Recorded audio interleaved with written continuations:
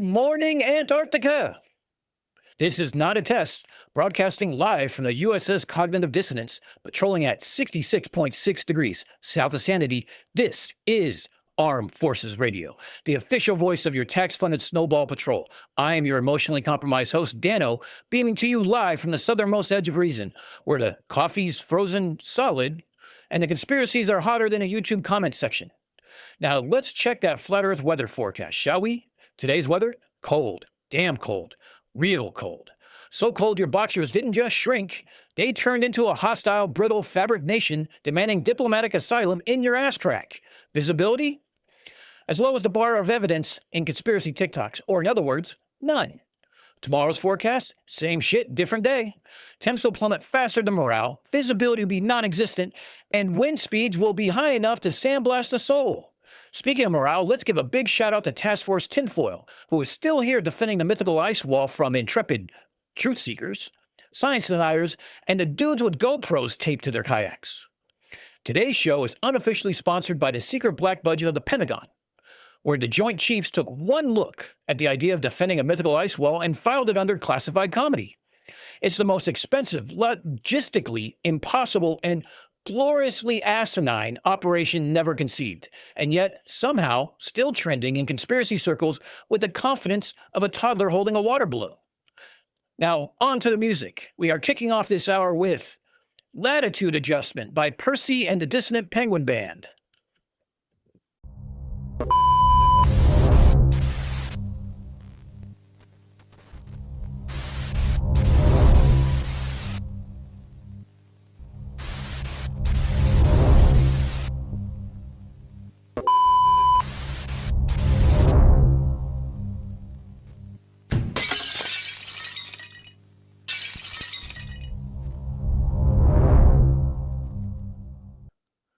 Now, be honest.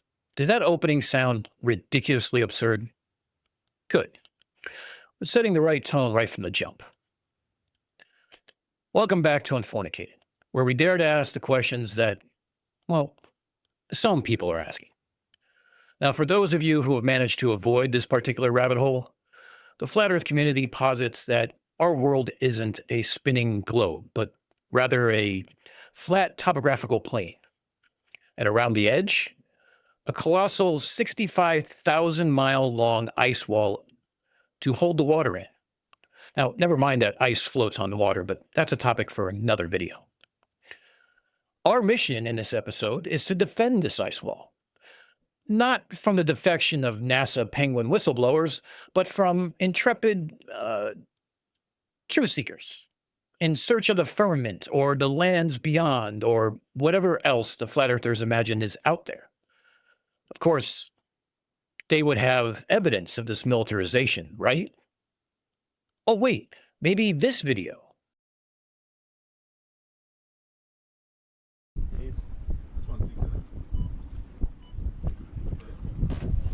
Bad boys, this is Warship Hobart, Warship Hobart. Are you recording this? Yeah.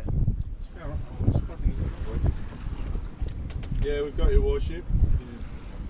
Bad boys over.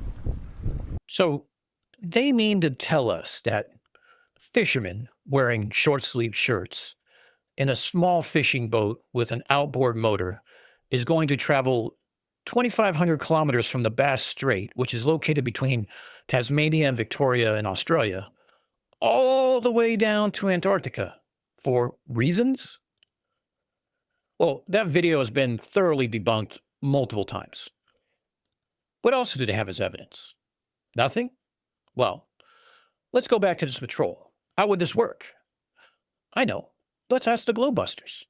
It is guarded by the combined military force of all the parties to the Antarctic Treaty. And how do they guard it? Where's the budget for it? Have you ever heard of a black budget project, Dave? Probably not, because you believe that the government is legitimate in every way, shape, and form. Have you ever heard of radar, Dave, where you don't have to have people walking guards? They can see ships, they can see planes coming in. It's really quite easy, Dave. So radar, great idea. Let's test this claim, shall we? To do this, we'll use the most sophisticated radar and military hardware at our disposal today in 2025. a nuclear-powered fixed-wing aircraft carrier strike group with E-2D Hawkeye AWACS aircraft squadrons. Because, subtlety is key when dealing with the unknown mysteries of the ice wall. Now, if you're wondering why we'd need literal aircraft carriers to patrol the ice wall when, satellites exist, it's a great question. Ask the same people who think the moon is a light bulb. Now, before we tackle defending the entire ice ring, let's first look at what makes up a single carrier strike group, including its capabilities and operating costs.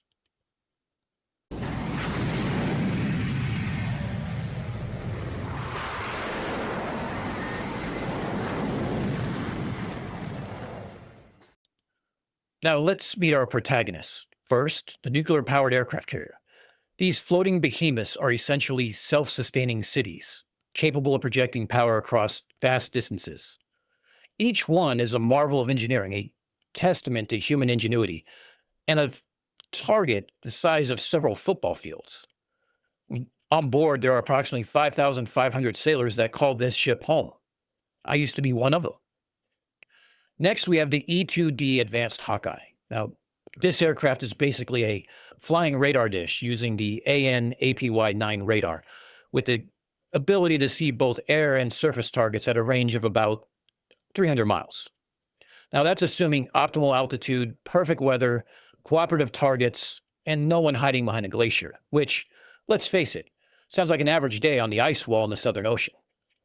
Now, these aircraft can stay aloft for roughly 6 hours with aerial refueling because apparently the ice wall is so remote, even the birds need a top-up on occasion. But we're not done yet. We haven't even begun to consider support ships. I mean, these carriers can't operate alone. They need tankers to refuel them with jet fuel and supply ships to keep them stocked with food, ammunition, and of course, coffee. These oilers and dry cargo ammunition ships are basically floating grocery stores and gas stations that follow the carriers around like loyal golden retrievers, if golden retrievers could carry 180,000 barrels of fuel. Now, besides these two supply ships, a carrier strike group requires at least 3 surface combatants. For example, an Aegis-equipped Ticonderoga-class cruisers or Arleigh Burke-class destroyers. After all, you can't intercept those pesky truth seekers with a fighter jet or with a ship that is over 1,000 feet long. They're also there to provide moral support and a hot cup of coffee to any wayward pilots who might find themselves in a drink. Because landing in an aircraft carrier is never easy under the best of weather.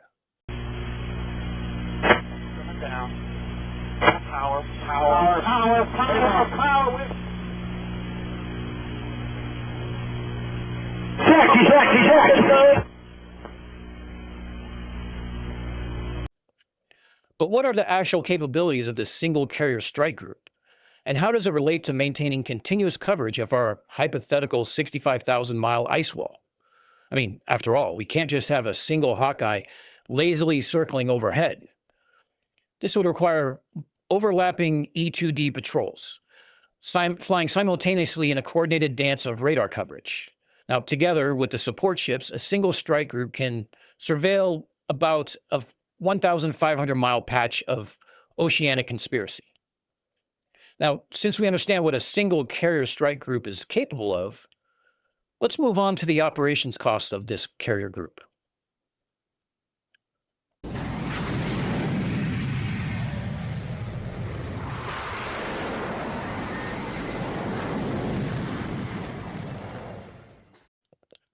Now we move on to a critical aspect, the financials. After all, many conspiracy theorists always tell us to follow the money.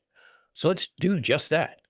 A single nuclear-powered aircraft carrier with its crew, endless supply of coffee, and everything else that keeps this floating city running costs somewhere between $6 and $8 million per day to operate. And that's before we even launch a single plane. The support ships have the same needs, but since they are only home to approximately 350 sailors, they require less of those necessities. But unlike the nuclear-powered aircraft carrier, they must pull up to the floating gas stations for diesel fuel.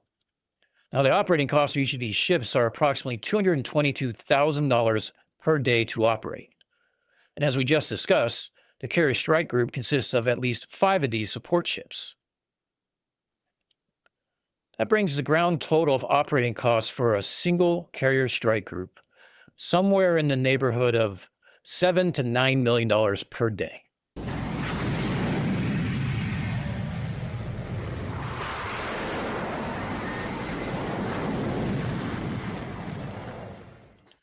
Now, here's where the math gets interesting. Doing some very serious calculations that definitely didn't include frantic scribbling in a calculator app, you would need at least 44 of those 1,500-mile coverage areas to patrol the entire 65,000-mile long ice wall. That would require a minimum of 44 carrier strike groups, which consists of 44 nuclear-powered aircraft carriers, 220 support ships, and 132 E-2D aircraft. Now, what does this do to our operating costs? Well, the operating costs of 44 carrier strike groups would balloon to approximately $308 to $398 million per day, or between $112 and $145 billion per year. Yes, billion with a B. That's enough to buy a small country or, a lot of ice. But wait, there's a catch. Isn't there always? Aircraft carriers aren't designed to spend their entire lives at sea. They rotate through a deployment cycle.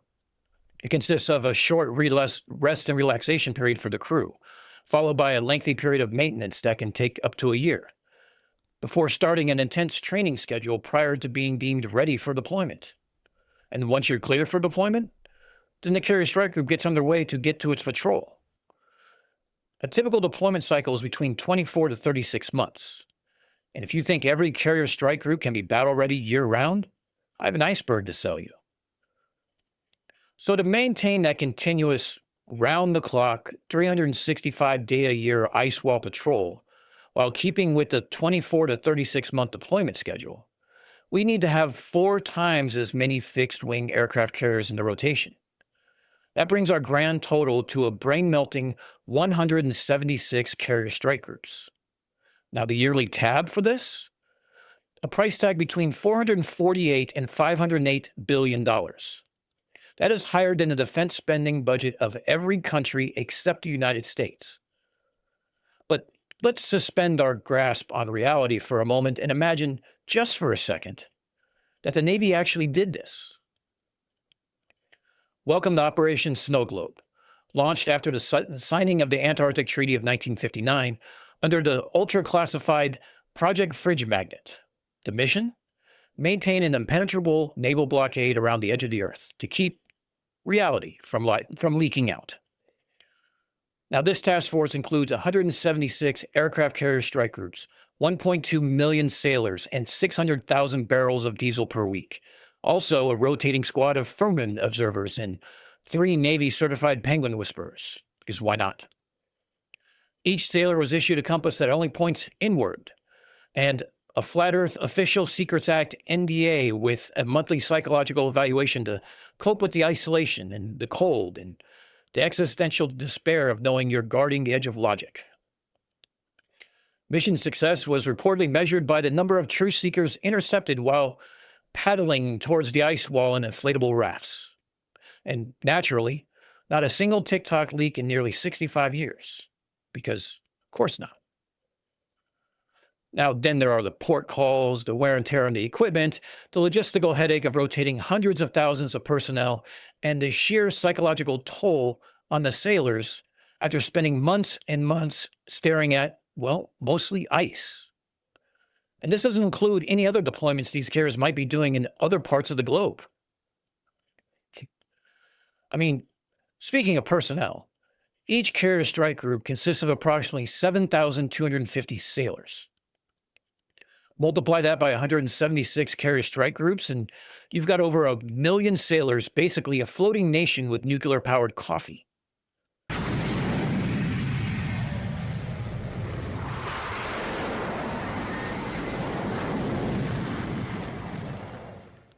And here's the kicker, the punchline, the cherry on top of this already insane Sunday. At the time of this recording, there are only 21 aircraft carriers in operation worldwide, spread across just 7 nations. Our hypothetical ice wall patrol would require more than 8 times the world's entire carrier fleet. Of those 21 fixed-wing bird farms, Yes, bird farms.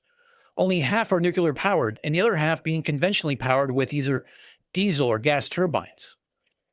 This is laughably impossible by even modern day standards, let alone standards from the early 1960s. And to add insult to injury, the US Navy, which operates the most carriers in the world, does not deploy to the Southern Ocean, where this hypothetical ice wall is located. I should know. I served on an aircraft carrier during my time in the US Navy, and none of my deployments were to the Southern Ocean. But don't take my word for it. You can actually track naval deployments and ship status through independent resources, such as the USNI News website. And while the US Navy does make occasional deployments to the southern seas around South America, the last 3 deployments were in 2008, 2015, and 2024. Hardly what I would call a regular occurrence. The Southern Ocean is notoriously hostile. High seas, freezing temps, and nothing of strategic value. No resources, no ports, no enemies, just a lot of cold, wet silence. Not exactly prime territory for a $13 billion warship. So the next time you hear this claim, don't accept it blindly. Hit them with a knowing smile, a calculator, and maybe this video. And consider the costs and logistics involved to patrol a 65,000-mile ice wall on a flat Earth, and the logistical and financial impossibility of it all. Or better yet, question not only this claim, but all flat Earth claims and theories. Now, if you stuck around this long, I will be having patches made based on a design inspired by this video. Drop Patch Me Up in the comments, and I'll pick 5 lucky skeptics to win a limited edition piece of embroidered truth. And if you don't really want a patch, leave a comment anyways. I always enjoy hearing from the community, and to be perfectly honest, it bribes the algorithm better than a classified Pentagon slush fund. Until the next episode, just remember, misinformation is viral, and never go on the social media without protection. Arm yourself with facts.